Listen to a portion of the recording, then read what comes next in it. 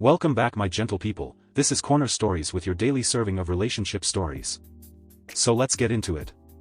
I thought I'd married the one almost 2 years ago. I, F24, married who I thought would be the love of my life. I have always loved love. I was excited for a time where I'd have someone all to myself and could all of my deepest darkest secrets and desires to and have someone love me regardless of my flaws. This boy, M28, saw me at my cousin's wedding 3 years prior but didn't approach. I was still in university at this point and was so focused on my schooling that I was never really interested in boys and romance, though it was something I had always wanted. So, 3 years after my cousin's wedding, he finally approached me, and after a few months of talking and getting to know each other, we got engaged.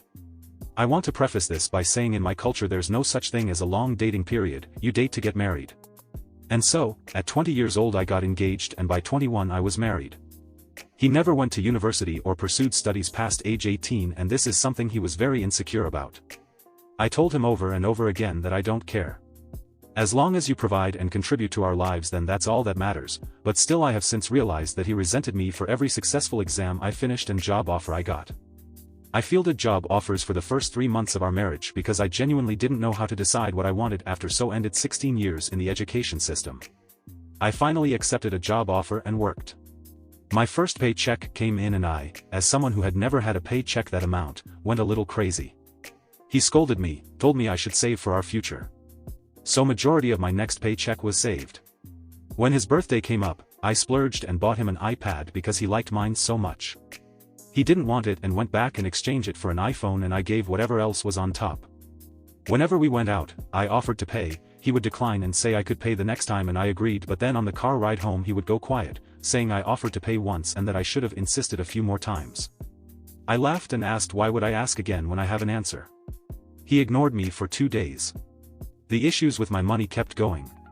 He'd ask me weekly how much I'd spent and how much I'd saved, kept pestering me to transfer him whatever money I wanted to be saved so I wasn't tempted. I transferred him £100 to £200 so he'd leave me alone, but never more.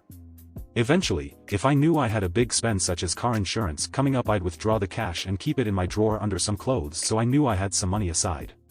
This is relevant to later. My family and I love going on national staycations, and, as my husband, he was obviously invited. A week before, when everything was booked, he said he didn't want to stay in the house my family had rented, so he booked us an Airbnb. During the trip, my sister was a little crabby. I had warned him of her mood several times, but he kept pestering her to the point she snapped and told him to leave her alone. He stopped talking to everyone including me and said he was going home and telling his parents that my family was being rude to him. I begged him not to, since he was one of the drivers and we all wouldn't be able to get home if he left. He said he would stay because he's a good person, but continued to be a grumpy a-hole with my family. Another time, we went shopping and a friend of mine I rarely talked to because of shift patterns texted me. After around 15 minutes of continuous texting between me and her, he stopped talking to me because I was apparently ignoring him and not giving him the attention he deserves. He left me in the middle of a different city. After repeated episodes of similar events over 6 months, I'd had enough and I stayed at my parents' house for around a week. He came to the house and spoke to me. I told him all the changes that needed to be made and he promised he would, so I returned to his home. For around 3 months, things were better. He was attentive and loving. He would still have mood swings, but they were less so, and, to be honest, I think I got better at ignoring them. His mom, however, kept making digs at me because she didn't agree with that fact that I left him for a week. She's a Som and believes a woman's entire life should be devoted to caring for her husband and children, whereas I was raised with the mindset of I am a human being and I come first. My husband didn't defend me once, and when I asked him why not, he said his mom wasn't wrong because that was what I did. Eventually, it came to breaking point again when we argued one day and he pushed me. He told me he never did and that I was imagining things. To this day, I genuinely do not know whether he pushed me because the gaslighting had been going on for a year and I had no confidence or faith in my own mind. I used to be a very social person with lots of friends, but when I got married, he would bombard me with texts asking for my location and phone calls. He would ask where I am and who I was with and where I was going. Eventually, I stopped going out because I'd spend most of my time reassuring his anxiety. I snapped at him about this and, you guessed it, he started ignoring me again. After a while, I attempted to apologize and he told me to shut the F up. I didn't react and instead, finished getting dressed and left. He came after me and chased after my car, but I didn't stop. I went straight to my parents' house. Once I told my dad everything, he told me to get comfy and watch some TV and relax because he wasn't allowing me to go back there. For 3 months, I stayed at my parents' house. 2 weeks in, his parents got involved and came to talk to my parents. I told them everything. His dad was oblivious to everything and yelled at X about basically everything. When I said he needed to go to therapy or even a doctor for his anxiety, his parents laughed and said he's fine. I told him I wanted marriage counseling and he said he would do anything to get me back. My parents said I didn't have to go back, but for my own peace of mind they wanted me to give it one last try. So for the next 3 months, he would pick me up and we basically started dating again. Once it hit the new year, I suspect people, the family, started to talk and his mom said I needed to come home because it wasn't appropriate for a married woman to be staying at her parents' home. I discussed it with my parents who said in roundabout ways that she was right and if I was trying again then I needed to be there. I went back to his house. And like that last time, for around 6 weeks he was lovely, he was making an effort and being less in my face about my money. However, I realized a load of money that I'd placed in my cupboard was gone. Where there was previously almost £900 was £80. I rang him and he said he hadn't taken it and honestly, I believed him. We later realized it was likely his brother who had come into our room and taken it. I was angry. I was ready to confront and even tell his parents but he begged me not to since it would cause issues and I had only just come back. I finally let it go after multiple arguments. I really thought he was finally communicating with me and supporting me by telling me he would just pay my car insurance for me but he was just protecting his peace. Things continued to go well however he was working a lot more, citing it as trying to make funds to come up with a house deposit and saving for future life. I joked with him once about having kids and he said he didn't want them when, during our engagement period, I had expressed that I want kids and it was a deal breaker for me if he didn't and he said of course he wanted them. However now he was saying how much money we'd have if we never have kids and how many vacations we could go on. I lashed out and said why are we even together if you don't want kids and saying that he'd been lying to me the whole time. I went to his mom and asked for help with this argument and the marriage in general because I was struggling again. She laughed and said he was just a kid and he'd change his mind. Eventually, he said he was just joking and he did want kids. I didn't believe him but I dropped it because I was so exhausted with this marriage being one big fight. You'll be happy to know that I did leave him eventually but that's a whole other story to tell if anyone is interested.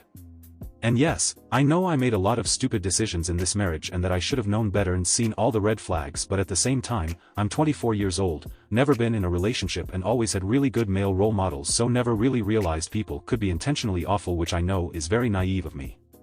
And I know there will be people saying it wasn't so bad and that I'm being a drama queen and to those I say I hope you're never out in a position where you're questioning both your sanity and your will to live. I haven't included a lot of things that have happened so it may seem rushed but thank you for reading.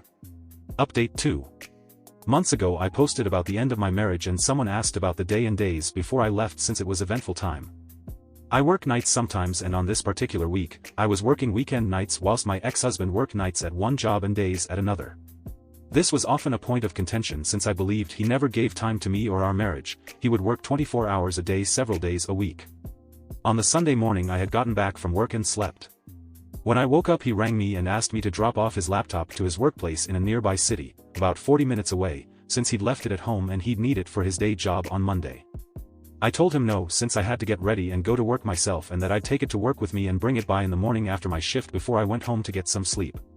His response was to tell me to go fuck myself and that he was going to keep his distance from me since I treat him like a slave and he does everything for me whereas I do nothing for him. I didn't reply and instead, I got ready for my shift and took the laptop with me so I could drop it off in the morning. His parents saw me leaving with his laptop and asked what happened since I was upset. I told them exactly what happened and his dad told me not to worry, that he would take the laptop and told me to go to work.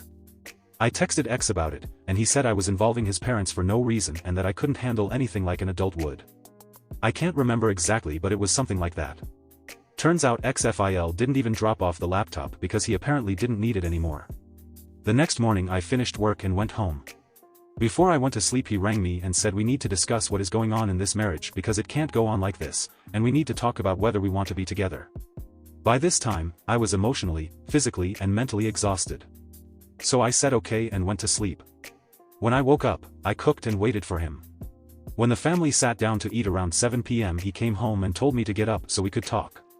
He took me to the other room and sat me down and asked, "Do you want to be married?"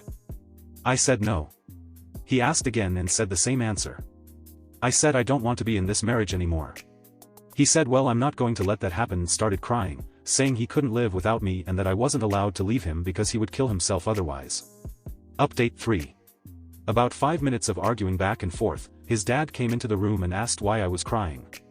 X immediately said she wants to leave me. His tears had miraculously stopped and his voice had switched so quick from heartbroken to defensive and ridiculing. His dad went off, saying how we were children and were being ridiculous. I said, well then this child is going home. I got out my phone and tried to ring my sister who lived closest to come and get me since I didn't feel safe. Both X and his parents were yelling at me. When I'd pressed the ring button, my phone was taken off me by XFIL, but I was incredibly lucky in that I'd warned my sisters that I felt like something was going to happen and to keep their phones on. Next thing I know, my sister was at the door, demanded to be let in. They locked the doors, and wouldn't let me out.